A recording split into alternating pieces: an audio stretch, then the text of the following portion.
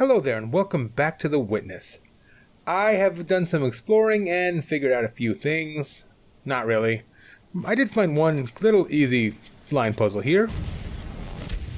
Haven't done some of these yet. Wait, what? Why didn't you solve? You were supposed to solve. Oh, silly me. That's more like it. Huh, not as easy as I thought. I didn't solve anything I found while I was searching around, just so I could save it for you guys. Now, second one was found in here. Still don't know how to open up or reach the door that was clearly opened by that thing up there. What if I do this again? Nothing, anyway. But there's also this one that's in here.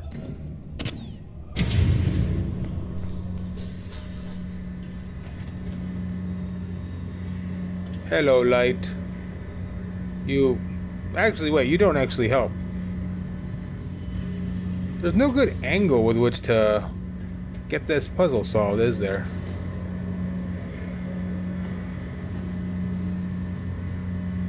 Well, crap. I thought I had something. Never mind. I assumed that I would have to see it through the roof, but from the roof, you're just seeing a whole bunch of unfortunate blockage. Okay, it's probably in the middle then. Wait, it can't possibly be in the middle. Well, that's unusual. I actually don't need to be up here. Well, that light being there is very clearly meant to be one. But from this angle, you can't actually... Oh, wait, maybe... Oh, wait, it doesn't work. It's not complete. That part needs to change. There we go. That's what's missing.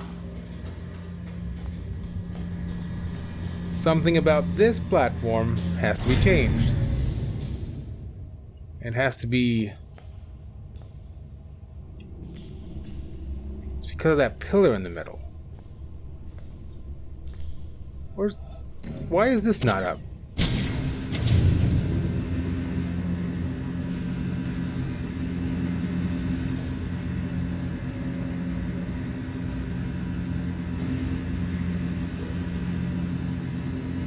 Ah, there we go.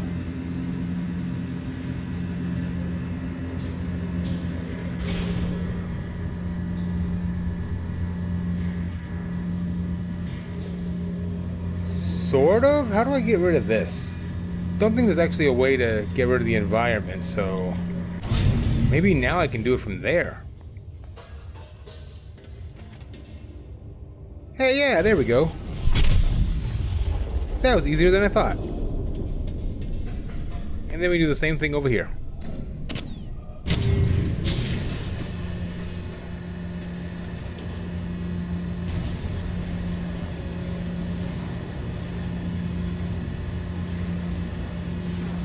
Little bit of a wait as this thing goes up the ladder, or up the elevator.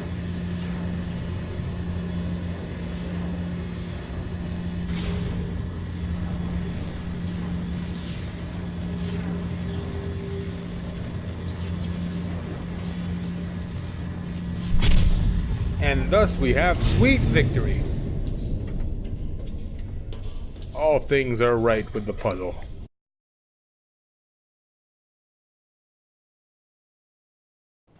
Okay, so here we are back at the top of the colored square laboratory, greenhouse, garden, whatever it was.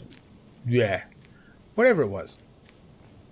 Apparently last time I was here I forgot to check up this path, which is, oddly enough, the way to get to the top of the mountain, which I discovered while exploring.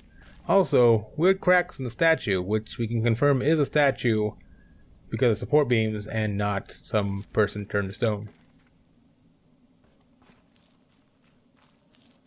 Approaching the top of the mountain, we get this door, which we'll go to in a bit. Because more interestingly is the top of the mountain itself. Swear this thing's gotta mean something. But, damned if I'll know what. Upon reaching the top of the mountain, lots and lots of people and a Stargate. Hello there, you look like you're making a speech. You are carrying one of the boxes. I'm gonna open it, please. Whoa. Okay, so, I have to find a way to separate them while also avoiding the people who are stepping on it. That's rude. That is quite rude of you to do this. Here we got someone taking down these arches. Someone, I didn't notice this guy. He's climbing up. I don't know what you're trying to do. I think you're trying to take the laser? You're taking photos. Hey, a tape recorder. Maybe this will tell me. Up there, you go around every hour and a half, time after time after time. You wake up usually in the mornings, and just the way that the track of your orbits go, you wake up over the Mideast, over North Africa. As you eat breakfast, you look out the window as you're going past, and there's the Mediterranean area, and Greece, and Rome, and North Africa, and the Sinai, the whole area. And you realize that in one glance, that what you're seeing is what was the whole history of man for years, the cradle of civilization. And you go around down across North Africa and out over the Indian Ocean and look up at that great subcontinent of India, pointed down toward you as you go past it. And Ceylon off to the side, Burma, Southeast Asia, out over the Philippines, and up across that monstrous Pacific Ocean. Vast body of water. You've never realized how big that is before. And you finally come up across the coast of California and look for those friendly things. Los Angeles and Phoenix and on across El Paso. And there's Houston. There's home. And you look, and sure enough, there's the Astrodome. And you identify with that, you know? It's an attachment. And down across New Orleans, and then looking down to the south, and there's the whole peninsula of Florida laid out. And all the hundreds of hours you spent flying across that route, down in the atmosphere, all that is friendly again. And you go out across the Atlantic Ocean and back across Africa. And you do it again, and again, and again. And that identity, that you identify with Houston, and then you identify with Los Angeles, and Phoenix, and New Orleans, and everything. And the next thing you recognize in yourself is you're identifying with North Africa. You look forward to that. You anticipate it. And there it is. That whole process begins to shift of what it is you identify with. When you go around it in an hour and a half, you begin to recognize that your identity is with that whole thing. And that makes a change. You look down there, and you can't imagine how many borders and boundaries you crossed again and again and again. And you don't even see them. At that wake-up scene, the Mideast, you know there are hundreds of people killing each other over some imaginary line that you can't see. From where you see it, the thing is a whole, and it's so beautiful. And you wish you could take one from each side in hand and say, look at it from this perspective. Look at that. What's important? And so a little later on, your friend, again those same neighbors, another astronaut, the person next to you goes out to the moon. And now he looks back and sees the Earth not as something big where he can see the beautiful details, but he sees the Earth as a small thing out there.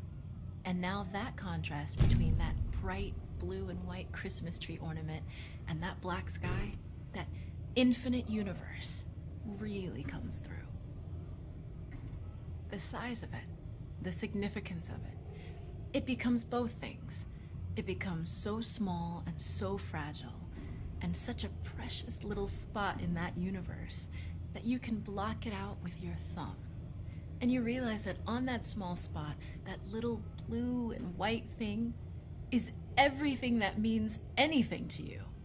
All of history and music and poetry and art and war and death and birth and love, tears, joy, games, all of it is on that little spot out there that you can cover with your thumb. And you realize that that perspective, that you've changed, that there's something new there. That relationship is no longer what it was. And then you look back on the time when you were outside on that EVA and those few moments that you had the time because the camera malfunctioned, that you had the time to think about what was happening. And you recall staring out there at the spectacle that went before your eyes. Because now, you're no longer inside something with a window looking out at a picture. But now you're out there, and what you've got around your head is a goldfish bowl, and there are no limits here. There are no frames. There are no boundaries. You're really out there, over it, floating, going 25,000 miles per hour, ripping through space, a vacuum, and there's not a sound. There's a silence, the depth of which you've never experienced before. And that silence contrasts so markedly with the scenery and the speed with which you know you're going. That contrast, the mix of those two things, really comes through. And you think about what you're experiencing and why. Do you deserve this? This fantastic experience? Have you earned this in some way? Are you separated out to be touched by God to have some special experience here that other men cannot have? You know the answer to that is no. There's nothing that you've done that deserves that earned that. It's not a special thing for you. You know very well at that moment, and it comes through to you so powerfully, that you're the sensing element for man. You look down and see the surface of that globe that you've lived on all this time, and you know all those people down there. They are like you. They are you. And somehow you represent them when you are up there. A sensing element, that point out on the end, and that's a humbling feeling. It's a feeling that says you have a responsibility. It's not for yourself. The eye that doesn't see does not do justice to the body. That's why it's there. That's why you're out there. And somehow you recognize that you're a piece of this total life. You're out on that forefront and you have to bring that back somehow. And that becomes a rather special responsibility. It tells you something about your relationship with this thing we call life. And when you come back, there's a difference in that world now. There's a difference in that relationship between you and that planet, and you and all those other forms of life on that planet, because you've had that kind of experience. It's a difference, and it's so precious. And all through this, I've used the word you because it's not me. It's not Dave Scott. It's not Dick Gordon, Pete Conrad, John Glenn. It's you. It's us. It's we. It's life. It's had that experience. And it's not just my problem to integrate. It's not my challenge to integrate, my joy to integrate. It's yours. It's everybody's. Russell Schweikart, 1975. While I appreciate the meaning behind that and the idea of uniting all of the people, I currently am worried about how to solve this damn puzzle. Why in the hell do you guys have to be standing here?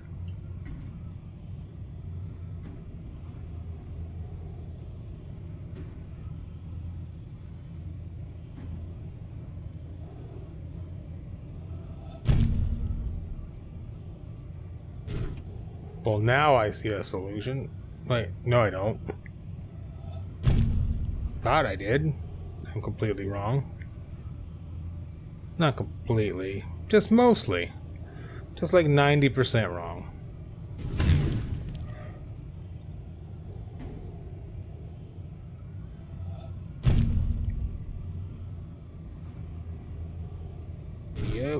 Okay, what about this?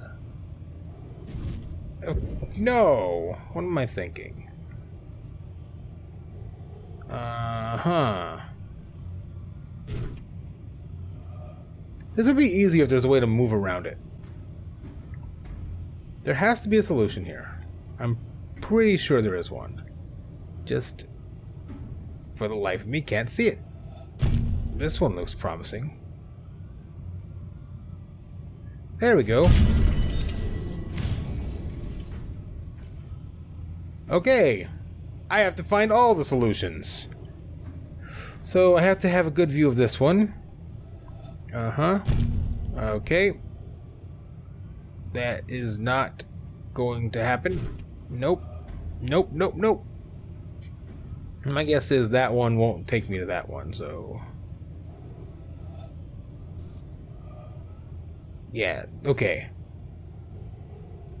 It's probably the opposite corners that give them their things. Whatever that's supposed to mean. I thought it was English for a second. I heard it again in my head and it was completely wrong.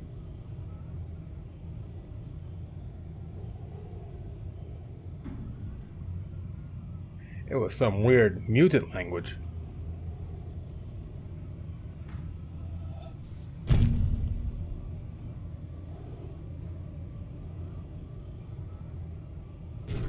Almost.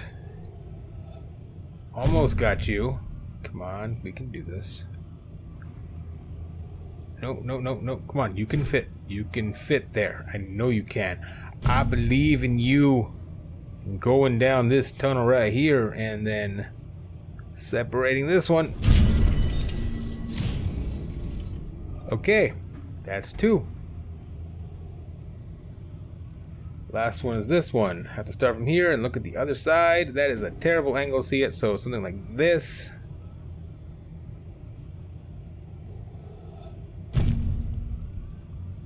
This could be promising.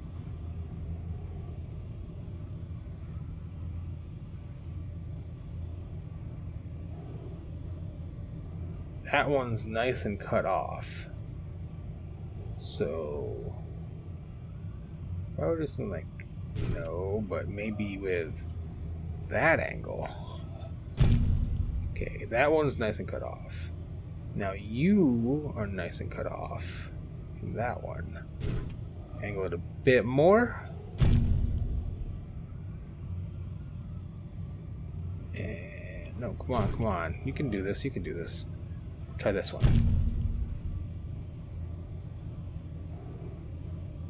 Yeah. Alright, 3 locks. Undone. What lies below? We are going to have to find out next time because I spent too damn long complaining. Thank you very much for watching. Hope you enjoyed it. If you have anything else you'd like to see me play, feel free to ask in the comments below. And I hope to see you next time. Later.